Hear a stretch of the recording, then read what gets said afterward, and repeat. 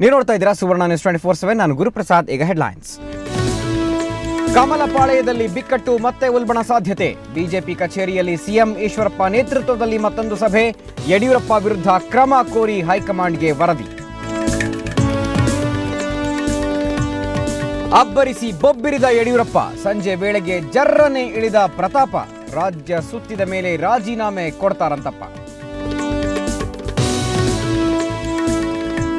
ದಿನವಿಡೀ ಬೂದಿ ಮುಚ್ಚಿದ ಕೆಂಡದಂತಿದ್ದ ಕಮಲ. ಎಡ್ಡಿ ಪಟ್ಟಿಗೆ ಹೈಕಮಾಂಡ್ ವಿಲವಿಲ. ಬಿಎಸ್ವೈ ಮುಂದಿನ ನಡೆಯ ಬಗ್ಗೆ ಗರಿಗೆದರಿದ ಕುತೂಹಲ. ಭೀಕರ ಬರದಲ್ಲೂ ನಾಯಕರ ಪ್ರತಿಷ್ಠೆಯ ಕಿತ್ತಾಟ. ಕೇಳೋರಿಲ್ಲದೆ ಕೇಂದ್ರ ಅಧ್ಯಯನ ತಂಡದ ಪರದಾಟ. ದೊಂಬರಾಟದ ನಡುವೆ ಮತದಾರರೇ ಅನಾಥ. ಶ್ರೀಕೃಷ್ಣನ ಸನ್ನಿಧಿಯಲ್ಲಿ ಉಪೇಂದ್ರ ಸವಾರಿ. ದೇವರ ಅಪಹಾಸ್ಯಕ್ಕೆ ಕಾಣಿಕೆ ಸಲ್ಲಿಸಿ ಸಾರಿ. ಕಠಾರಿ ವೀರನಿಗೆ ಶುಭ ಕೋರಿದ ಶಿರೂರು ಶ್ರೀ.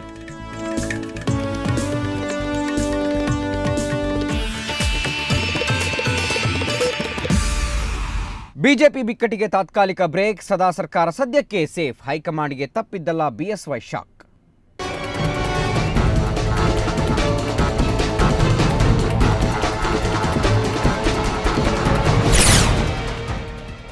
ಯಡಿಯೂರಪ್ಪ ಪಕ್ಷ ಬಿಡ್ತಾರಾ, ಹೊಸ ಪಕ್ಷ ಕಟ್ತಾರಾ? ಸದಾನಂದಗೌಡರ ಸರ್ಕಾರ ಬಿದ್ದು ಹೋಗುತ್ತಾ? ಬಿಎಸ್ವೈ ಸಿಡಿಸಿದ ಬಂಡಾಯದ ಬಾಂಬ್ ಇಂತಹ ಕುತೂಹಲದ ಪ್ರಶ್ನೆಗಳಿಗೆ ಎಡೆಮಾಡಿತು. ಆದರೆ ಸಂಜೆ ಹೊತ್ತಿಗೆ ಎಲ್ಲವೂ ಠುಸ್ಸಾಯಿತು. ವಿಶೇಷ ಅಂದರೆ ಬಂಡಾಯದ ಕರಿನೆರಳು ಮಾತ್ರ ಹಾಗೇನೆ ಉಳಿತು. ಕಳೆದ ಒಂದು ವಾರದಿಂದ ಭಾರತೀಯ ಜನತಾ ಪಾರ್ಟಿಯಲ್ಲಿ ನಡೀತಾ ಇರುವಂತಹ ಗೊಂದಲಗಳಿಗೆ ಯಡಿಯೂರಪ್ಪ ನಾನು ಕಾರಣ ಅಲ್ಲ. ಈ ರಾಜ್ಯದ ಸನ್ಮಾನ್ಯ ಮುಖ್ಯಮಂತ್ರಿಗಳು ಸದಾನಂದ ಗೌಡರು, ರಾಜ್ಯದ ಪಕ್ಷದ ಅಧ್ಯಕ್ಷರು ಈಶ್ವರಪ್ಪನವರು ಮತ್ತೆ ರಾಷ್ಟ್ರೀಯ ಪ್ರಧಾನ ಕಾರ್ಯದರ್ಶಿ ಅನಂತಕುಮಾರ್ ಅವರು ಈ ರೀತಿಯ ಗೊಂದಲಕ್ಕೆ ಕಾರಣ ಅಂತೇಳಿ ನಾನು ನೇರವಾಗಿ ಹೇಳಕ್ಕೆ ಇಚ್ಛೆ ಪಡ್ತೇನೆ. ನಾನು ಬೆಳಗ್ಗೆನೆ ಸ್ಪೀಕರ್ ಫೋನ್ ಮಾಡಿ, ನಾನಿವತ್ತು ಬೇರೆ ಯಾವುದೇ ಶಾಸಕರನ್ನ ರಾಜೀನಾಮೆ ಕೇಳೋದಿಲ್ಲ, ರಾಜೀನಾಮೆ ಕೊಡೋ ಅಗತ್ಯ ಇಲ್ಲ.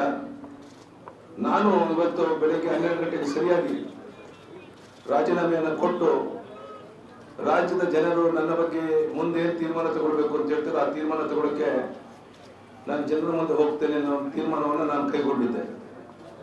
ಆದರೆ ನಮ್ಮ ಶಾಸಕರು, ನಮ್ಮ ಸಂಸತ್ ಸದಸ್ಯರು, ನಾಡಿನ ಹಿರಿಯರು, ಮಠಾಧಿಪತಿಗಳು, ಅರುಣ್ ಜೇಟ್ಲಿ ಅವರಂತವರು ಎಲ್ಲರ ಕೇಳಿದ ಮೇಲೆ ನಾನು ನನ್ನ ಸ್ಥಾನಕ್ಕೆ ರಾಜೀನಾಮೆ ಕೊಡೋದನ್ನ ತಾತ್ಕಾಲಿಕವಾಗಿ ಮುಂದೂಡಿದ್ದೇನೆ ಅಷ್ಟೇ.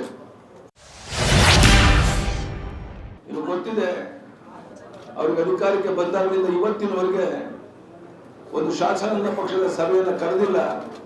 ಇದು ಬೇಜವಾಬ್ದಾರಿತನದ ಪರಮಾವಧಿ ಅನ್ನೋ ಅರಿವು ಇರಬೇಕಾಗಿತ್ತು. ಶಾಸಕರು ಒತ್ತಾಯ ಮಾಡಿದಾಗಲಾದ್ರೂ ಈ ಕೆಲಸವನ್ನ ಮಾಡಬೇಕಾಗಿತ್ತು.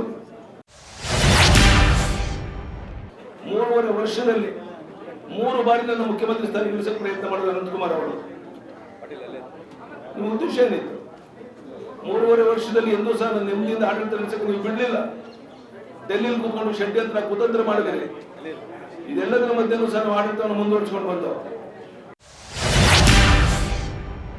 ಭಾರತೀಯ ಜನತಾ ಪಾರ್ಟಿ ಕಟ್ಟಿ ಬೆಳೆಸಿದ್ದೇವೆ ಎಲ್ಲರೂ ಸೇರಿ.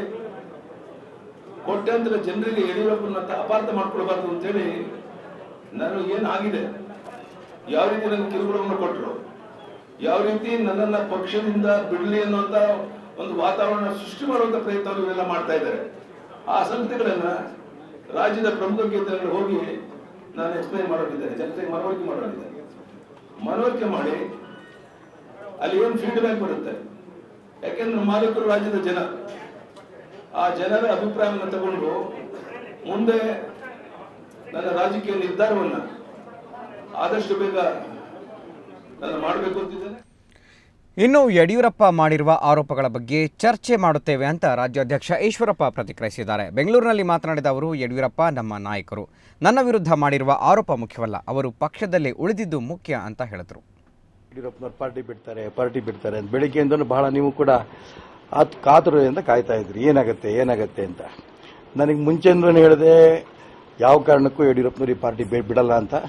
ಹಾಗಾಗಿ ಅವರು ತಗೊಂಡಿರೋಂಥ ನಿರ್ಧಾರ ನಿಜಕ್ಕೂ ಕೂಡ ತುಂಬ ಸಂತೋಷದಿಂದ ರಾಜ್ಯದ ಅಧ್ಯಕ್ಷನಾಗಿ ಅದನ್ನು ಸ್ವಾಗತವನ್ನು ಕೋರ್ತೇನೆ.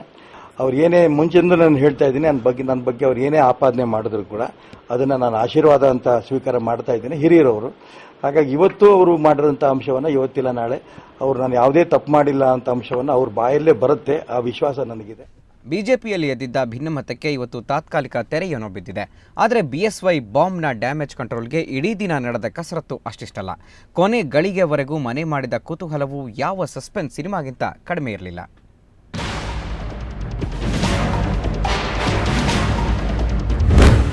ದಿನವಿಡೀ ಬಿಜೆಪಿ ಬಿಕ್ಕಟ್ಟಿನ ಗೋಜು ಗದ್ದಲ, ಬೂದಿ ಮುಚ್ಚಿದ ಕೆಂಡದಂತಿದ್ದ ಕಮಲ,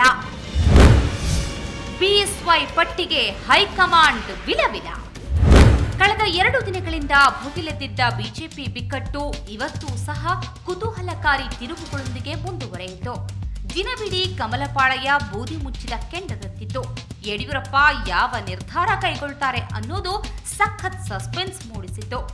ಬಿಕ್ಕಟ್ಟಿನ ಮಧ್ಯೆಯೇ ಮಾಜಿ ಸಿಎಂ ಯಡಿಯೂರಪ್ಪ ಬೆಳ್ಳಂಬೆಳಿಗ್ಗೆ ತುಮಕೂರಿನ ಸಿದ್ಧಗಂಗಾ ಮಠಕ್ಕೆ ಭೇಟಿ ನೀಡಿದರು. ಯಡಿಯೂರಪ್ಪಗೆ ತುಮಕೂರು ಶಾಸಕ ಸುರೇಶ್ ಗೌಡ ಸಾಥ್ ನೀಡಿದರು. ಶಿವಕುಮಾರ ಸ್ವಾಮೀಜಿಗಳ ಜೊತೆ ರಹಸ್ಯ ಮಾತುಕತೆ ನಡೆಸಿದ ಮಾಜಿ ಸಿಎಂ ಸುದ್ದಿಗೋಷ್ಠಿಯಲ್ಲಿ ಈಶ್ವರಪ್ಪ, ಅನಂತಕುಮಾರ್ ಹಾಗೂ ಪಕ್ಷದ ಹೈಕಮಾಂಡ್ ವಿರುದ್ಧ ವಾಗ್ದಾಳಿ ನಡೆಸಿದರು.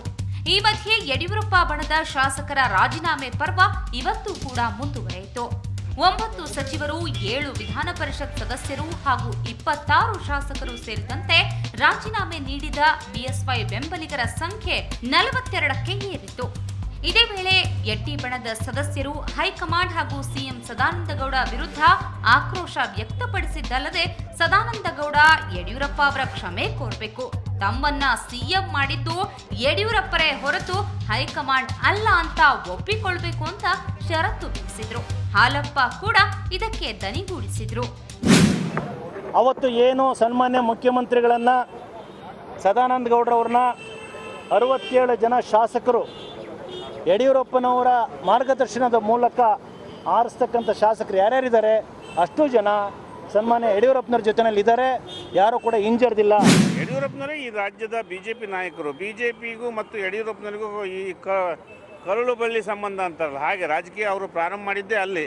ಆದರೆ BJPಯವರು ಮತ್ತು ಹೈಕಮಾಂಡ್ ಎಷ್ಟರ ಮಟ್ಟಿಗೆ ಅವ್ರನ್ನ ಯಾವ ರೀತಿ ನಡೆಸ್ಕೊಂಡಿದೆ ಅನ್ನೋದನ್ನು ಕಳೆದ 2-3 ದಿನದಿಂದ ನೋಡ್ತಾ ಇದ್ದೀವಿ. ವಿಶೇಷ ಅಂದ್ರೆ ಬಿಕ್ಕಟ್ಟಿನ ನಡುವೆಯೇ ಬಿಜೆಪಿ ನಾಯಕರು ಜೂನ್ನಲ್ಲಿ ನಡೆಯಲಿರುವ 6 ವಿಧಾನ ಪರಿಷತ್ ಸ್ಥಾನಗಳಿಗೆ ಚುನಾವಣೆ ಬಗ್ಗೆ ಚರ್ಚೆ ಆರಂಭಿಸಿದ್ರು. ದೆಹಲಿಯಿಂದ ವಾಪಸ್ಸಾದ ಸಿಎಂ ಸದಾನಂದಗೌಡ ಕೂಡ ಸಭೆಯಲ್ಲಿ ಭಾಗವಹಿಸಿದ್ರು. ಸರಿಯಾಗಿ ಇದೇ ಸಮಯಕ್ಕೆ ಎಡ್ಡಿ ಟೀಮ್ ಮತ್ತಷ್ಟು ಸಂಧಾನ ಷರತ್ತುಗಳನ್ನು ಮುಂದಿಟ್ಟಿತು. ಆರ್ಎಸ್ಎಸ್ ಮುಖಂಡ ಸತೀಶ್ಗೆ ಮೇಲ್ಮನೆ ಟಿಕೆಟ್ ಕೊಡಬಾರದು, ಸಿಟಿ ರವಿ ಹಾಗೂ ಶಂಕರಲಿಂಗೇಗೌಡರಿಗೆ ಸಚಿವಗಿರಿ ನೀಡಬಾರದೆಂದು ಕಂಡೀಷನ್ ವಿಧಿಸಿತು. ಇದರ ಬೆನ್ನಲ್ಲೇ ಬಿಜೆಪಿ ವರಿಷ್ಠ ಅರುಣ್ ಜೇಟ್ಲಿ ಬಿಕ್ಕಟ್ಟು ಪರಿಹಾರಕ್ಕೆ ದೂರವಾಣಿ ಮೂಲಕವೇ ಸಂಧಾನ ಶುರು ಮಾಡಿದ್ರು. BSY ಜೊತೆ ದೂರವಾಣಿಯಲ್ಲಿ ಮಾತುಕತೆ ನಡೆಸಿದ್ರು. ಯಡಿಯೂರಪ್ಪ ಬಣದ ಬೇಡಿಕೆಗಳಿಗೆ ಪೂರಕವಾಗಿ ಸ್ಪಂದಿಸಿ ಬಂಡಾಯ ಬಣದ ಮನವೊಲಿಸುವಲ್ಲಿ ಯಶಸ್ವಿಯಾದರು. ಇನ್ನು ಬಿಕ್ಕಟ್ಟು ಶಮನಕ್ಕೆ ದೆಹಲಿಯಲ್ಲಿ ಬೀಡು ಬಿಟ್ಟಿದ್ದ ಸಚಿವೆ ಶೋಭಾ ಕರಂದ್ಲಾಜೆ, ಸುಷ್ಮಾ ಸ್ವರಾಜ್ ಸೇರಿದಂತೆ ಹಲವು ಬಿಜೆಪಿ ಮುಖಂಡರ ಜೊತೆ ಚರ್ಚೆ ನಡೆಸಿದ್ರು. ಆದರೆ ಇದಕ್ಕೂ ಮೊದಲು ಶೋಭಾ ಸೋನಿಯಾ ಗಾಂಧಿ ರಾಜಕೀಯ ಕಾರ್ಯದರ್ಶಿ ಹಾಗೂ ಕಾಂಗ್ರೆಸ್ ನಾಯಕ ಅಹ್ಮದ್ ಪಟೇಲ್ರನ್ನ ರಹಸ್ಯ ಸ್ಥಳದಲ್ಲಿ ಭೇಟಿ ಮಾಡಿದ್ದು ಭಾರೀ ಕುತೂಹಲ ಮೂಡಿಸಿತು.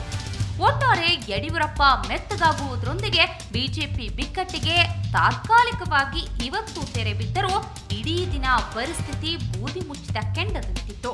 ಮುಂದೇನಾಗುತ್ತೋ ಅನ್ನೋ ಸಸ್ಪೆನ್ಸ್ ಸಂಜೆವರೆಗೂ ಮುಂದುವರೆದಿತ್ತು. ಸಂಜೆ BSY ಸುದ್ದಿಗೋಷ್ಠಿಯೊಂದಿಗೆ ಗೊಂದಲಕ್ಕೆ ತೆರೆ ಬಿದ್ದಿದೆ. ಆದರೆ ಆಟ ಇಷ್ಟಕ್ಕೆ ಮುಗಿದಿಲ್ಲ ಅನ್ನೋದು ಯಡಿಯೂರಪ್ಪ ಅವರ ಮಾತಿನಿಂದ ಸ್ಪಷ್ಟವಾಗಿದೆ. ಬ್ಯೂರೋ ರಿಪೋರ್ಟ್, ಸುವರ್ಣ ನ್ಯೂಸ್ 24/7. ಇನ್ನಷ್ಟು ಸುದ್ದಿಗಳನ್ನು ನೋಡೋಣ ಒಂದು ಚಿಕ್ಕ ಬ್ರೇಕ್ ನಂತರ.